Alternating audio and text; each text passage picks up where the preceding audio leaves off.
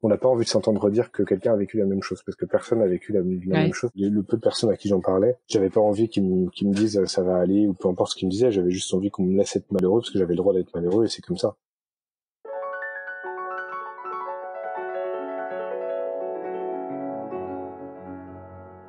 Bienvenue dans Alors c'est pour bientôt, le podcast qui donne la parole aux femmes et aux couples qui rencontrent des difficultés pour concevoir un bébé.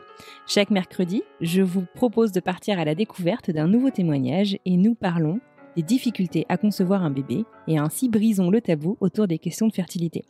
Moi c'est Anne Fleur, je vous parle depuis Boston aux États-Unis et je suis moi-même entrée en parcours PMA il y a quelques années. Aujourd'hui, j'ai le plaisir de vous présenter Valentin, qui nous parle depuis Montpellier, dans le sud de la France. Valentin nous raconte l'histoire qu'il a partagée avec Léna, sa femme. En pas moins d'1 an, ils n'ont pas chômé puisqu'ils ont enchaîné 2 grossesses extra-utérines, entraînant coup sur coup l'ablation des 2 trompes de sa femme. Dans cet épisode, Valentin se livre sur ce parcours causé par une infertilité mécanique, comme il l'appelle, et il explique sans détour l'impact psychologique de ce parcours sur son couple, sa femme, mais aussi lui-même. Très délicat, il m'a beaucoup touchée dans ses explications lorsqu'il parle de la gestion de ses émotions à lui, qui fut d'un véritable challenge, car il ne voulait surtout pas en ajouter à la charge déjà lourde que Léna portait au quotidien.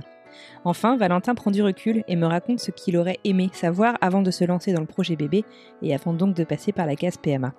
Encore une jolie rencontre, alors place à ma discussion avec Valentin. Bonne écoute!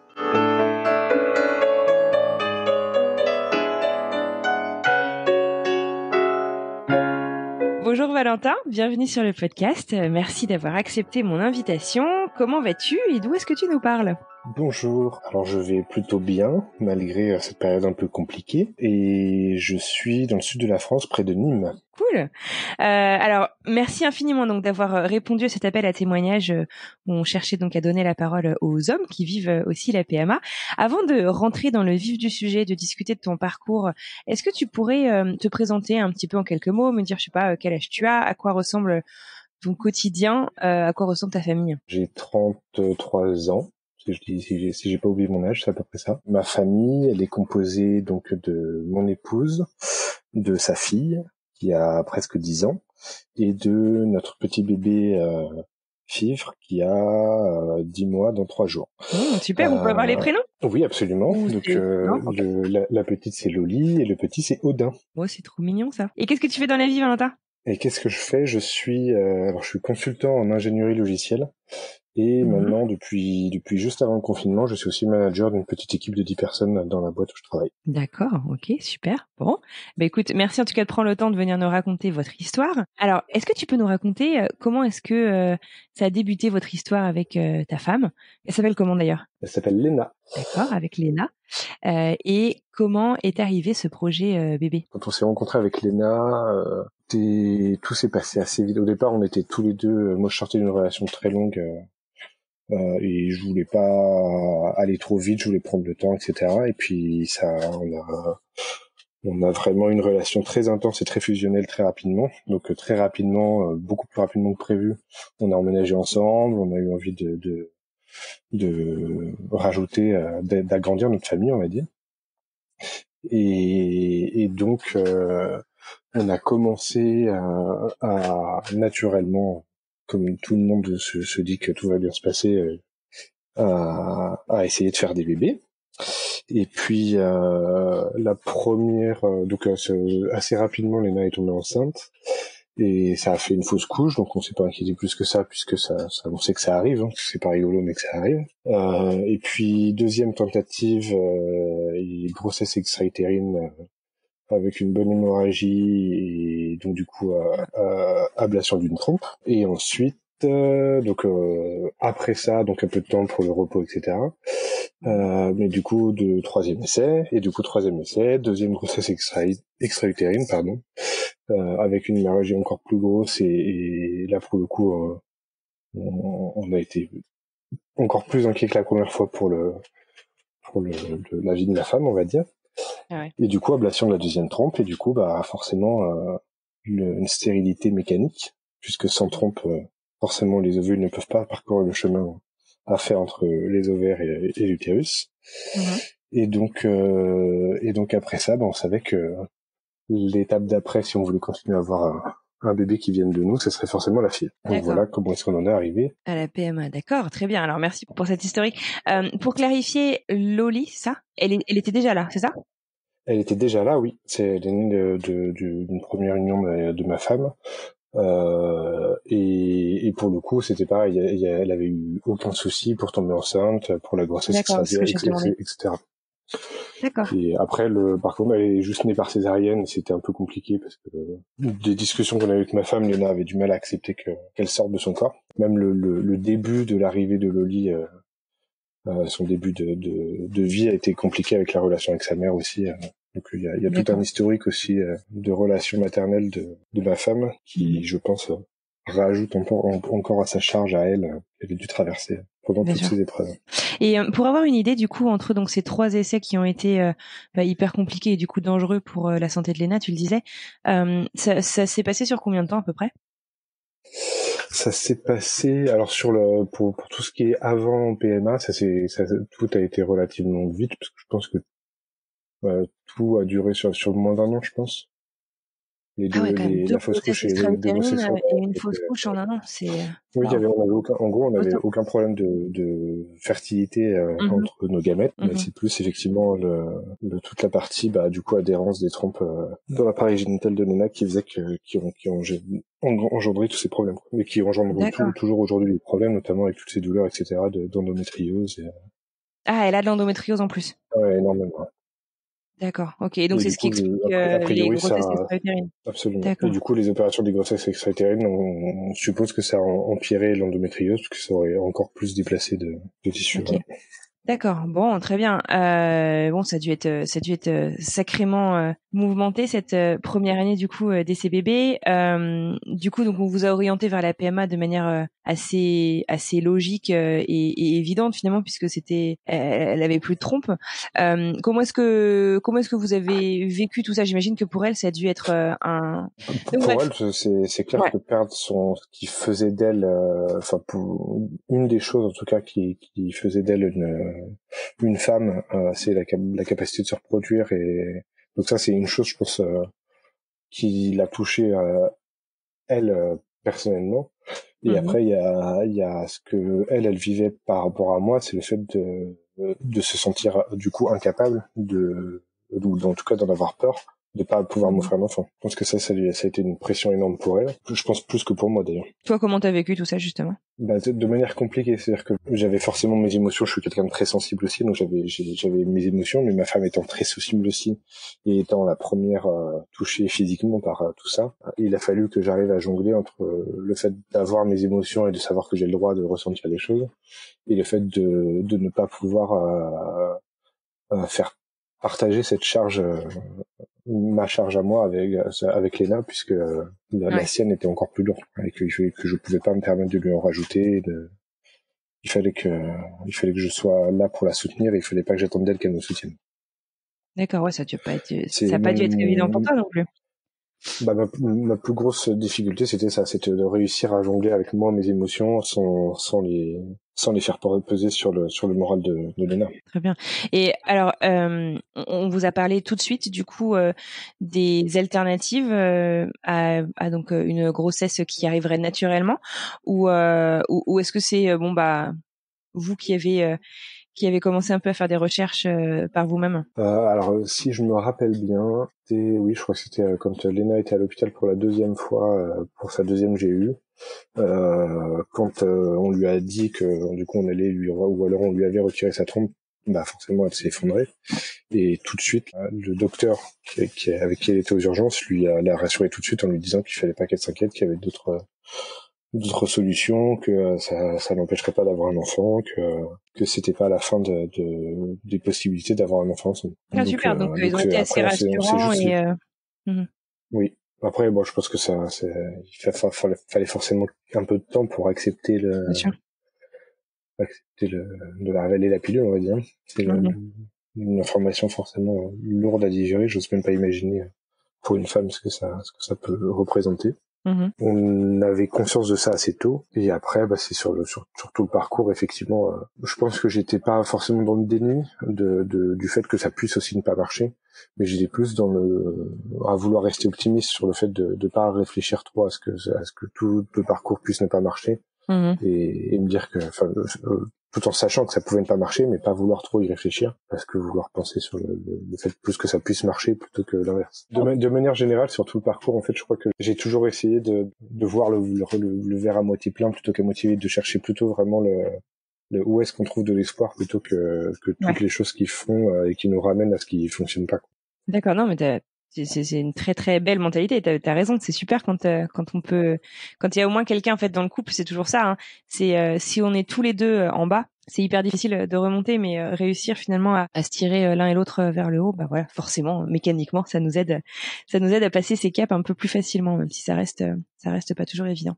Alors du coup, à quel moment est-ce que vous vous êtes tourné, j'imagine, enfin, est-ce que vous avez fait du coup une petite pause après ces déboires de santé aussi pour Léna ou voilà, enfin comment est-ce que ça s'est passé du coup la suite du projet bébé? Nous, notre envie était toujours aussi importante. Ça nous a pas refroidi du tout. D'accord. Donc effectivement, je me rappelle pas des dates toujours, donc je saurais pas donner des périodes, etc. Non, non, t'inquiète pas. Non, du coup, c'est assez rapidement en fait, on a réfléchi à quel centre de PMA on voulait déjà. Est-ce qu'on voulait être sur Nîmes ou sur Montpellier? On a commencé à en discuter aussi, Léna, notamment sur Instagram, etc. A commencé à discuter avec des gens et se renseigner. Et du coup, moi, pareil de mon côté, mais moi de manière plus scientifique que sur la partie parcours et étape de vie, on va dire. Mhm. Et du coup, une fois qu'on a décidé qu'on voulait que si un bébé il naisse à Nîmes, mais qu'on voulait faire le parcours PMA ou en tout cas le commencer à Montpellier, du coup on s'est très vite rapproché du centre de PMA, on a très vite commencé les premiers tests, premiers formulaires à remplir. D'accord, ok, Et super. au début, sans réfléchir en sachant que si ça ne marchait pas, il y avait aussi possibilité de faire d'autres choses si on voulait avoir un enfant, mais on voulait vraiment commencer par cette étape-là. Notre vision du fait d'agrandir la famille, c'était vraiment à accueillir quelqu'un qui soit un peu de nous deux en même temps. On aime tous les deux plein de choses chez l'autre et on avait envie d'avoir un petit frère ou une petite sœur pour lui qui ressemble à toutes les choses positives qu'on a en nous. Moi, c'est joliment dit ça. Donc du coup, avant de réfléchir tout ce qui aurait pu être d'adoption ou d'autres possibilités d'avoir des enfants, mais qui seraient pas forcément issus de nos gamètes à nous, on voulait vraiment commencer à ne pas trop réfléchir à ça et vraiment se concentrer sur une PMA standard. Ouais. D'abord donner une chance à la médecine en fait. Ouais, c'est ça. D'accord. Ok. Bon, très bien. Et puis en restant sans parler de dons de gamètes ou ce genre de choses, on voulait vraiment déjà commencer avec nous. Et peut-être qu'on aurait trouvé que si ça marchait pas avec nous, c'est que peut-être qu'il fallait pas que ça marche avec nous et que on ne devait pas avoir d'enfant et que c'était ma femme beaucoup, mais moi aussi un peu, on pense qu'on traverse des choses et que c'est rarement par hasard. Alors donc du coup vous choisissez quel centre de PMA au final? Montpellier. D'accord. Donc, le centre, ouais. Et donc on vous oriente rapidement vers la FIV? Absolument, oui, parce qu'aucun problème. Donc du coup forcément on fait des analyses d'un côté et de l'autre, des contrôles, etc. Et forcément, sachant que le problème est uniquement mécanique de transport d'ovaires, il faut juste nous aider à amener des gamètes aux bons endroits. Et donc du coup effectivement c'est la FIV le plus simple. Hein. Alors justement, est-ce que tu peux m'en dire un petit peu plus sur votre parcours, comment ça s'est passé? Du coup donc on a fait une FIV classique pour commencer, donc premier protocole d'injection, etc. On nous explique tout le protocole, donc le protocole long standard. Et puis arrivé quelques jours avant la ponction prévue, donc il y a des prises de sang tous les jours pour surveiller les taux. Et je crois que c'était 2 jours avant, on nous annonce qu'en fait, ovulation spontanée, il n'y a pas eu Léna, je pense, ayant trop envie de faire un bébé, a tout libéré, tous les ovules qui étaient prévus. Donc du coup, premier protocole raté, forcément la ponction est impossible. Donc du coup, ça annule le premier protocole et on est bon pour repartir pour une deuxième session dès que tout sera remis correctement au niveau des taux d'hormones, etc. de ma femme. Donc pour nous, forcément déçus d'avoir cet abandon sur le premier protocole. Et en plus,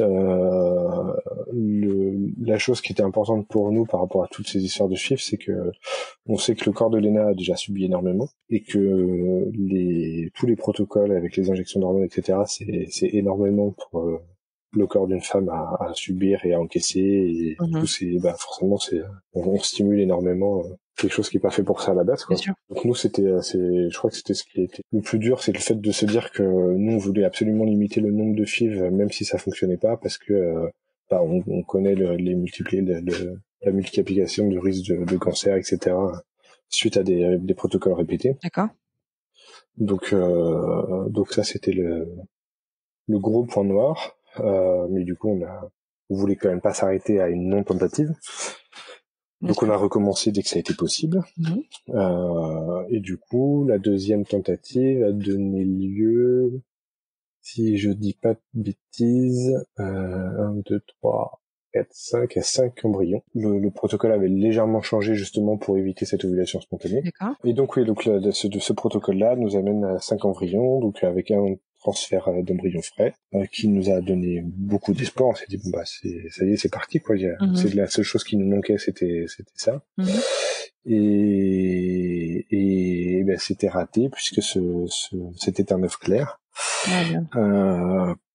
Et nous, je crois qu'on a refusé au début on a refusé d'accepter que ce soit un œuf clair. C'est-à-dire que quand on est allé voir le médecin de PMA de la clinique à Montpellier, tout au début, il était un peu sceptique, et puis après il nous a dit non mais là, et en gros il nous a dit ça va partir tout seul, etc. Et nous dans notre tête c'était pas possible, il y avait encore des chances, la façon dont tu nous l'avais dit, on s'est dit que peut-être il y avait encore une chance que ça soit bon. Et du coup Léna avait continué à prendre ses prescriptions comme si ça allait.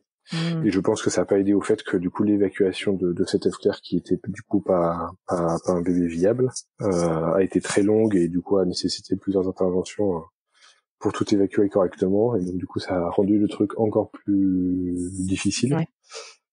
Surtout pour Léna, parce que forcément c'est elle, encore une fois, qui avait à subir tout ça. Du coup c'est là où après ça, où émotionnellement on avait pris une grosse claque quand même, et pour nous, c'était tellement sûr que ça allait fonctionner une fois qu'on avait passé cette étape-là que c'est là que vraiment, je crois qu'on a eu le moment le plus difficile à passer. Donc du coup, là, il nous fallait forcément une pause, il nous fallait quelque chose d'un peu positif. Et donc du coup, un an avant, justement, quand on a passé toutes les épreuves de grossesse extra-utérine, etc., et l'infertilité de Léna à cause de ça, on avait décidé de se marier un an plus tôt pour justement avoir des choses un peu positives, se concentrer sur des trucs constructifs et repartir, on va dire, à avoir des bons souvenirs plutôt que des mauvais souvenirs dans ces moments-là. Donc du coup, on a décidé de se laisser un peu de temps, et donc du coup de partir 3 semaines à Bali pour 3 semaines, non, 2 semaines, malheureusement, plus court que ce qu'on aurait aimé. Pour justement évacuer un peu, profiter un peu l'un de l'autre, et c'était le premier vraiment moment qu'on a passé que tous les deux en amoureux, et donc du coup ça nous a permis de nous retrouver, de souffler, et du coup on n'avait pas trop défini quand est-ce qu'on voulait reprendre la PMA et du coup voir ce qu'il en était avec les embryons congelés.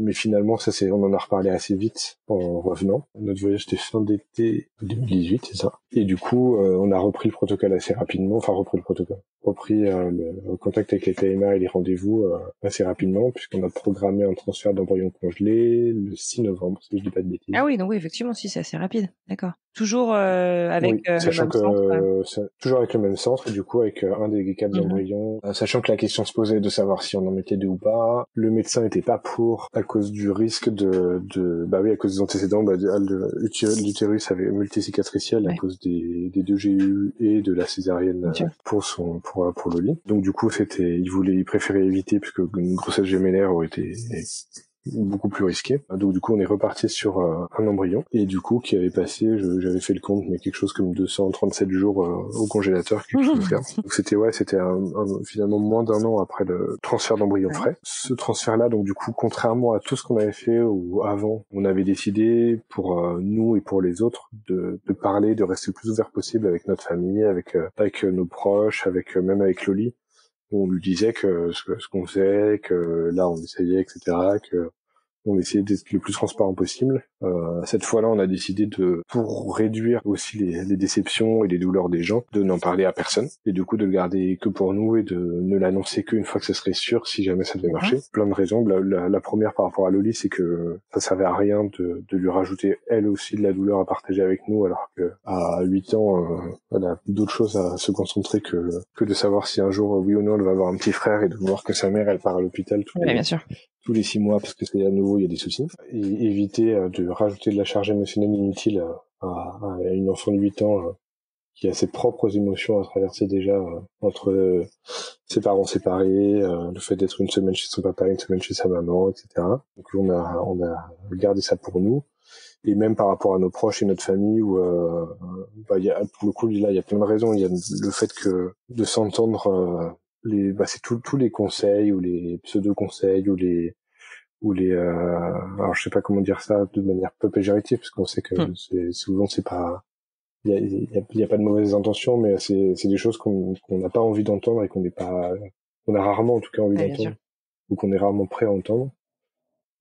Et c'est vrai que moi dans tous ces moments-là, j'avais pas le peu de personnes à qui j'en parlais, j'avais pas envie qu'ils me disent ça va aller ou peu importe ce qu'ils me disaient, j'avais juste envie qu'on me laisse être malheureux parce que j'avais le droit d'être malheureux et c'est comme ça. Et souvent, enfin moi je crois que c'est un des trucs les plus importants que je retiendrai en tout cas de tout ce parcours sur la partie échec en tout cas, c'est bien d'avoir des amis, de la famille, etc. qui veuillent nous soutenir. Le soutien, ça peut pas passer par des conseils de comment est-ce qu'on doit prendre les choses, vivre les choses. Chacun va avoir sa façon de ressentir et de traverser les épreuves, etc. Ouais. Et je sais que pour avoir des amis qui sont potentiellement dans la même situation, même si on peut croire qu'on a vécu les mêmes choses, qu'on a pu traverser des choses similaires, etc. En fait, on peut jamais être à la place de la personne.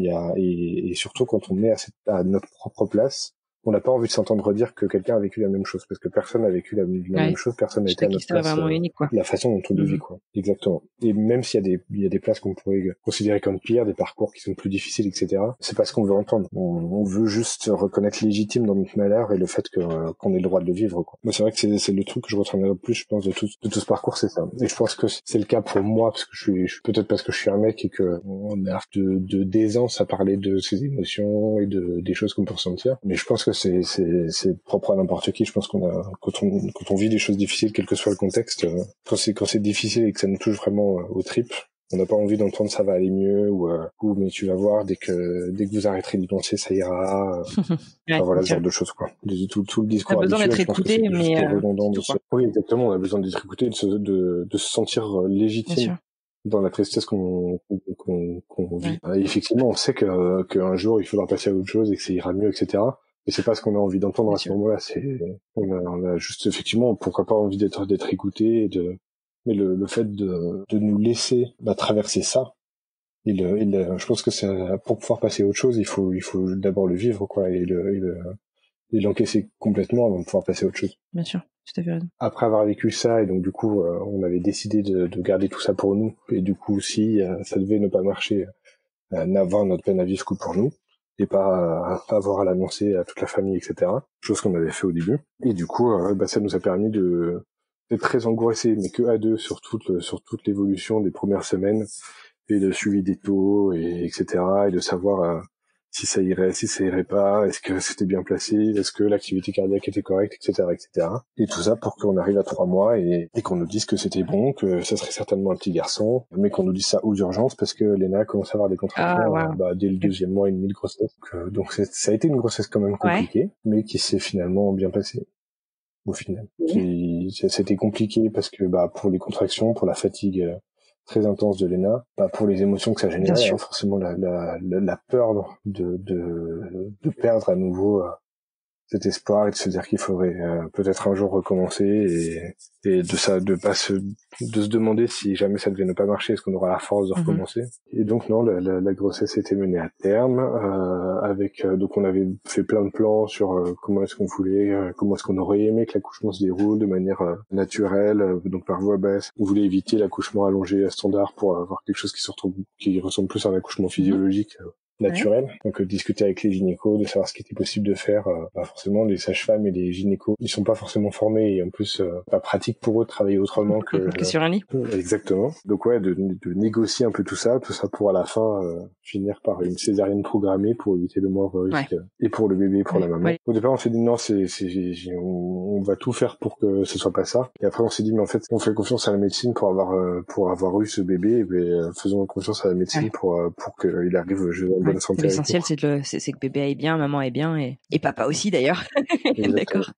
Ok. Bon, alors c'est félicitations du coup. Donc tu es papa donc depuis 10 mois, c'est super. Est-ce que tu peux nous parler un petit peu justement, selon toi, peut-être de la place des papas? Ça c'est un truc qui me frappe en fait dans ton témoignage, c'est que tu me parles beaucoup du coup de mais moi, c'était, tu dis pas c'était pas légitime, mais tu remets en fait finalement toute la charge émotionnelle sur ta femme en disant voilà c'est elle qui vit toutes ces choses là. Je vais pas mettre des mots dans ta bouche que t'as pas dit, tu vois, mais tu sembles ne pas oser autant en fait finalement affirmer tes émotions. Je serais curieuse de voir ce que tu penses justement de l'intégration des papas dans les parcours de PMA et du coup comment ça s'est passé pour toi plus spécifiquement. Au niveau de l'intégration du parcours, au niveau du centre, etc., j'ai l'impression d'avoir été pleinement intégré. C'était hors de question que Léna fasse le moindre rendez-vous sans moi. C'était quelque chose qu'on traversait à deux, et c'était hors de question de la laisser prendre ça pour elle seule, quoi, que ce soit pour tout simplement pour les épreuves que ça peut représenter, ou pour aussi c'est des choses, c'est pas elle qui le fait pour elle, on le fait ensemble pour nous, même si effectivement c'est son corps qui va être mis à l'épreuve et qui va être consumé plus vite que ce que la nature nous permet de le faire au départ. Donc du coup oui, par rapport à moi au parcours, on a toujours fait ça en couple, etc. Le plus j'étais quasiment à tous les rendez-vous. Je crois que les seuls rendez-vous où je suis pas allé, c'est peut-être par exemple pour faire des prises de sang, je suis pas allé pour faire une prise de sang, pour toutes les échos, ou presque toutes les échos, j'en ai peut-être raté une, mais c'était vraiment pour moi c'était un parcours qu'on faisait en couple. Au niveau de mon activité, j'ai mis en œuvre tout ce qu'il fallait pour que je puisse être là, et c'était ma priorité, c'était ma famille. De toute façon, moi c'est clair, de toute façon avec mes employeurs et mes collègues, c'est que dans l'ordre de priorité, ma famille ça sera toujours en premier, et si jamais ça doit mettre en second plan une partie un peu professionnelle ou des objectifs professionnels de côté, ça c'est pas grave, quoi. Il faut savoir s'investir. Alors sans parler évidemment de mettre mon poste ou ma place dans une entreprise en péril non plus, mais si ma boîte elle est pas prête d'accepter que ma priorité, comme ça devrait être la priorité de tout être humain, c'est ses proches et sa famille et sa santé, c'est que c'est peut-être pas la bonne boîte. Donc moi j'ai toujours été clair avec mes employeurs là-dessus, et ça s'est toujours très bien passé. Donc du coup sur tout le parcours, j'ai eu aucun problème à faire tous les rendez-vous, tous les entretiens, tout ce qu'il y avait à faire avec ma femme là-dessus pour être à ses côtés pour les choses qui la concernent elle au niveau de son corps, mais aussi pour être là pour toutes les discussions qu'on a avant en couple, quoi. Ok, et justement, est-ce que tu en as parlé en fait du coup dès le début de ce projet bébé à ton employeur, ou est-ce que tu n'as pas forcément donné de détails en disant voilà j'ai besoin de ce temps-là, c'est pour la santé, pour ma famille? Et non, vu qu'au début c'était assez clair pour nous avec Léna que on trouve qu'il y a trop de tabous autour de la PMA et que du coup ça rajoute au stress des gens qui traversent ça, le fait de connaître trop peu de choses par rapport à tout ce parcours et à tout ce qui existe autour de la PMA. Nous on s'est dit que ce serait notre petite contribution, on va dire, à notre environnement, à nos proches, aux gens à qui on parle, c'est d'être le plus ouvert possible et du coup d'en parler ouvertement, aussi ouvertement qu'on puisse. Donc du coup moi j'ai de manière relativement discrète, c'est-à-dire que forcément j'avais pas le crier sur tous les toits, mais effectivement mon employeur et mes managers directs étaient au courant, mes clients, mes responsables en tout cas chez mon client aussi, et donc du coup non, ça a fait partie des choses qui m'aidaient aussi à traverser ça. C'est que on n'est pas en train de vivre quelque chose de caché. J'ai l'impression que non seulement ça aide potentiellement des gens qui pourraient avoir à vivre ça, c'est de se dire que ils sont pas les seuls et qu'il y a d'autres gens qui le vivent aussi.